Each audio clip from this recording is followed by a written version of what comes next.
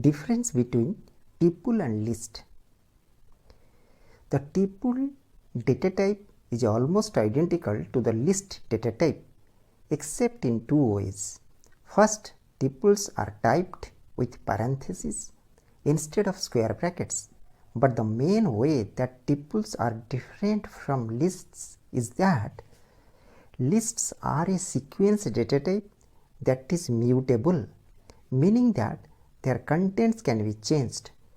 Tuples and strings, though also sequence data types, are immutable and cannot be changed.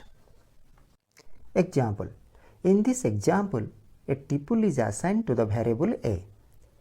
In the following statement, we attempted to modify the tuple by assigning the value rabbit at index position 1.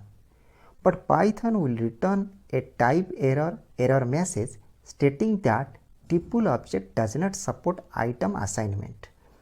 So we cannot modify, append or remove a tuple value. Tuples and strings are immutable, whereas a list is mutable, which means that its contents can be changed. Example 2.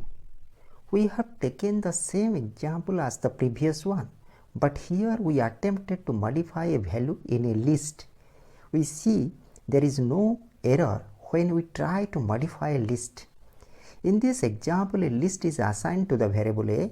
In the next statement, we modified the list by assigning the value rabbit at index position 1. The following print statement will display the modified list, so we can modify a list, but we cannot modify a tuple. Benefits of tuple over list. If you need an ordered sequence of values that never changes, use a tuple. A second benefit of using tuples instead of lists is that because they are immutable and their contents do not change, Python can implement some optimizations that make code using tuples slightly faster than code using lists.